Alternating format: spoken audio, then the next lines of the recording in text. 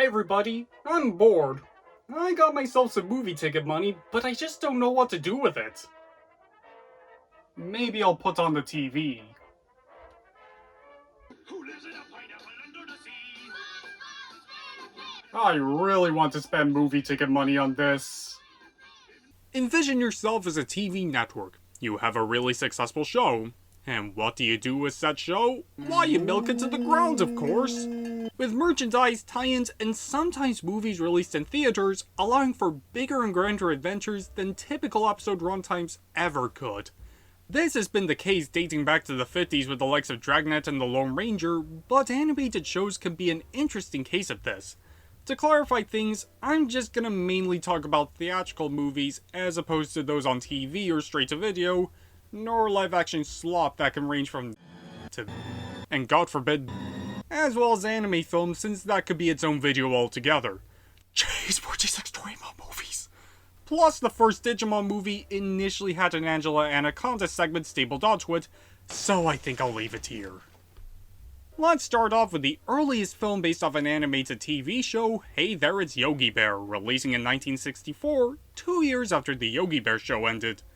This would be a musical based on the show, and it even had Warner Brothers alumni such as Warren Foster and Frisch Freleng working on the film. It would do decently well enough for Hanna-Barbera to release another film based on their shows, with The Man Called Flintstone in 1966 serving as its series finale. We wouldn't see another Hanna-Barbera movie on the big screen until Jetsons the Movie in 1990. Which served as one of George O'Hanlon and Mel Blanc's final voice performances as they died a year before the film's release, with Jeff Bergman doing some additional dialogue of their characters. This would also be the last Jetsons project until a WWE movie in 2017. I wonder why. Occasionally, they could be an event much like with the Simpsons movie. 7-Eleven's dressed up as the Quickie Mart for this. It would release in 2007 and do pretty well, grossing just over $500 million worldwide. Though I think it would have done better if it came out several years earlier. This was when the show really started to lose relevancy, with people no longer watching it feeling that its golden years were long past them. I mean, they literally aired its 400th episode by then. Nonetheless, it was still a great film, incorporating some good laughs and heartfelt moments. It really is one of The Simpsons' last truly great outings. Another hit adult animated series to get the theatrical treatment would be South Park, and where I felt The Simpsons movie came out too late, this film came out at just the right time 2 years after the show started, where the boys seeing an R-rated movie would pretty much spiral into all hell breaking loose. While there are some dated elements here and there, it's a brilliant film with excellent songs, good naughty humor the show's best known for, and an effective message of censorship, making this film surprisingly powerful. Yes, this film. It's like if Quentin Tarantino made a Disney movie at the time, and I reckon this is where the show really started to become the icon it is today, like what Bart Gets an F did to The Simpsons. Beavis and Butthead would also have their own film, as they do America in 1996. They're just as entertainingly idiotic as ever, and the desert sequences animation is visually phenomenal, and also got one on Paramount Plus a few years ago to make way for the 2022 reboot. Around then, we also got a movie for Bob's Burgers, and before I go on, I just need to get this off my chest. I do not care for Bob's Burgers. It's a solid show that means well, and I do respect the effort put into it, but it just kind of insists upon itself. At best, it's something for me to put on the background as I build Lego. Screw it. As for the movie, my stance is still somewhat apply here, but at least it has some good songs. Another popular show during the 2000s, Aqua Teen Hunger Force, famed for its bizarre plots and low production values, becoming a smash hit on Adult Swim, logically leading them to release a film with Aqua Teen Hunger Force : movie film for theaters. Try saying that fast 5 times. And they sure did make a movie film for theaters. I think this is a case where its history might be more fascinating than the movie itself. As part of Adult Swim's April Fool's pranks, they advertised they would play the film in its entirety on TV, but it was shrunk into a small box as their normal programming played that evening, and the film would also have guerrilla marketing by using LED displays of some of its characters akin to light brights scattered across America to promote both the show and film. But on January 31st, 2007, this would lead to a short-lived bomb hoax in Boston, leading to Jim Samples resigning as general manager and executive vice president of Cartoon Network, the people behind the stunt arrested, eventually doing community service and issuing a public apology, and Turner Broadcasting paying Boston $2 million in damages. Teen Hunger Force would then make an episode simply named Boston, with the show creators responding to the event, but it was pulled by Adult Swim to avoid further controversy. Years after the show's initial cancellation, it would get a direct-to-video film named Plantasm, making way for its revival. Why is 2022 somehow the renaissance of movies based off animated TV shows? And with all these popular adult animated series now having been on the big screen, we still haven't seen Family Guy make the jump, and if I gotta be honest, I don't see how a Family Guy movie could work. It just barely has enough plot to cover a 22-minute episode, and its over-dependence on cutaway gags really doesn't help. And with how horrifically downhill the show went in the last 10 or so years, I would dread to see an hour-and-a-half adventure of the Griffin family. Plus, they already tried it out via Stewie Griffin The Untold Story when the show got bought back in 2005. And what did you think of it, Lois? It's not a movie at all, Brian. Just 3 episodes back to back. This thing is an insult. I couldn't have said it better myself. Sometimes, these movies would house some episodes and have them released in cinemas, and in the case of the Bugs Bunny show, repackage classic cartoons bringing them back to cinemas, with the likes of the Bugs Bunny Stroke Roadrunner movie and Daffy Duck's Quackbusters, among many others. But the franchise would also get their own individual films altogether, with the Space Jam movies and Back in Action in 2003 to result, and recently The Day the Earth Blew Up from the same team as the HBO Max show. And when looking at good reviews and word of mouth, it's safe to say that Looney Tunes has at last found its foot in feature-length films for theaters, and kind of a miracle it got there as it was planned to be on streaming, and they're finally releasing Coyote vs. Acme next year! I'm sleeping well tonight! Whereas with Tom and Jerry, they received a full-length theatrical outing in 1992. It had Tom and Jerry talk and sing about being the best of friends instead of beating the crap out of each other, which they, became famous for. It barely focuses on them, it gave us a "we got to have money" meme, it has a 14% rating on Rotten Tomatoes, and future Tom and Jerry movies were direct-to-video, encapsulating how well it turned out. They would have another theatrical outing in 2021, kind of, which once again barely focused on the two, with a main story nobody alive can give less of a monkey's uncle about. At least they didn't talk. In the 80s, Hasbro would capitalize on the success of their own toy lines by releasing movies based off My Little Pony and Transformers over the summer of 1986. Transformers infamously killed off Optimus Prime 20 minutes in, both tanked to the box office with the G.I. Joe movie going straight to video, and critics whined about them being glorified toy commercials. A movie based off a show that was already in of itself a glorified commercial of its own toy line? Yeah. How dare they? They would eventually become cult classics among their respective communities, and I can admit the Transformers film was a good time. It might not give Bumblebee or Wanda a run for their money, but it's still worth checking out for fans. Plus, it has a Weird Al song in it, and Unicron would serve as Orson Welles' final performance, so what's to complain? Wallace and Gromit, after some successful Oscar-winning featurettes on BBC during the 90s, would eventually receive a theatrical outing with help from DreamWorks in 2005, The Curse of the Were-Rabbit, and it's just as brilliantly funny, cheeky, and charming as ever. And next to The Wrong Trousers, might be my favorite entry in the series. If I had a nickel for every time Ralph Fiennes voiced the villain in an animated DreamWorks movie, I'd have 2 nickels, which is the law, but weird that it's happened twice.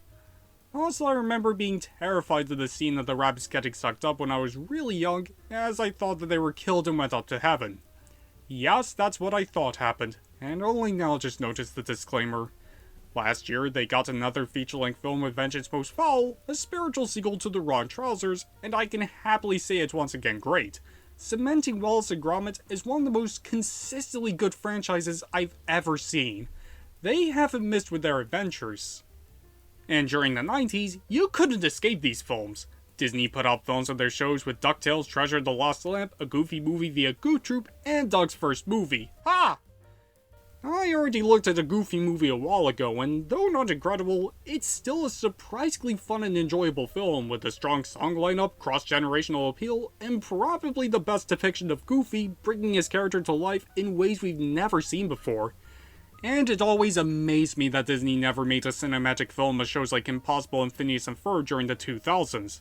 Yet Teacher's Pet passed the bar.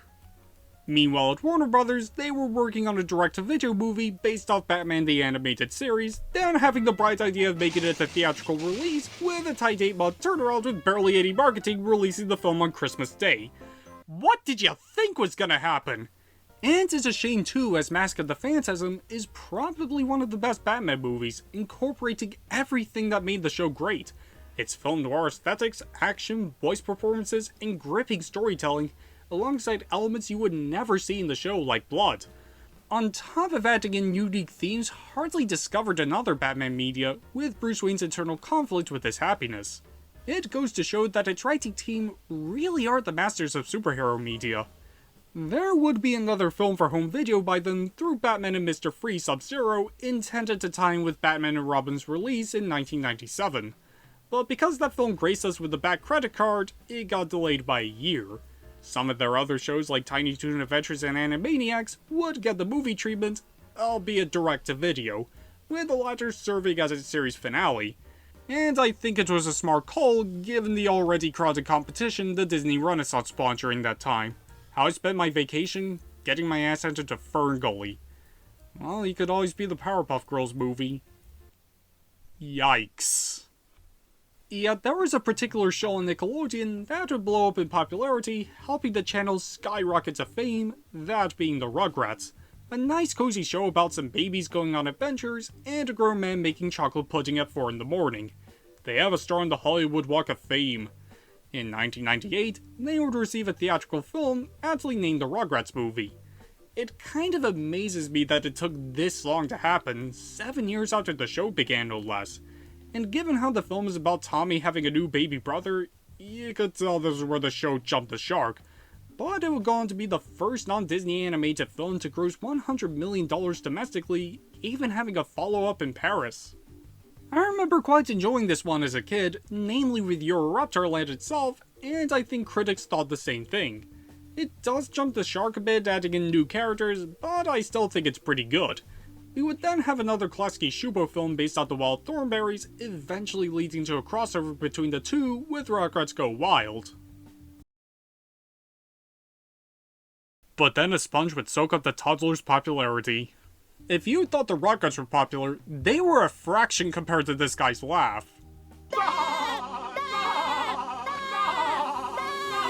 SpongeBob was everywhere during the early 2000s, naturally leading him to receive a movie which is just as good as the show, and the writing team would make it as if it were the series finale, and when watching, you could see where they were going, having improved He's Not a Kid to be manager of the Krusty Krab.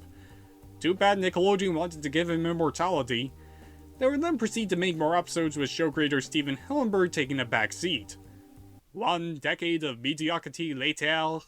Steven would then come back to running the show from season 9, up to his untimely death in 2018, also making 2 movies, beginning with Sponge Out of Water in 2015, once again doing well critically and commercially, and in 2020, Sponge on the Run was released in cinemas everywhere.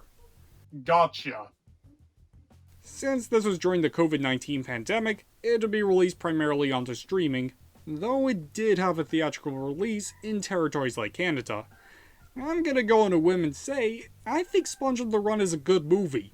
To start off, I really like the animation given an exaggerated 3D effect. I wish more films would adapt. Some of the songs are pretty good. We have Kenny G perform Gary Come Home, and attack Keanu Reeves in a bush.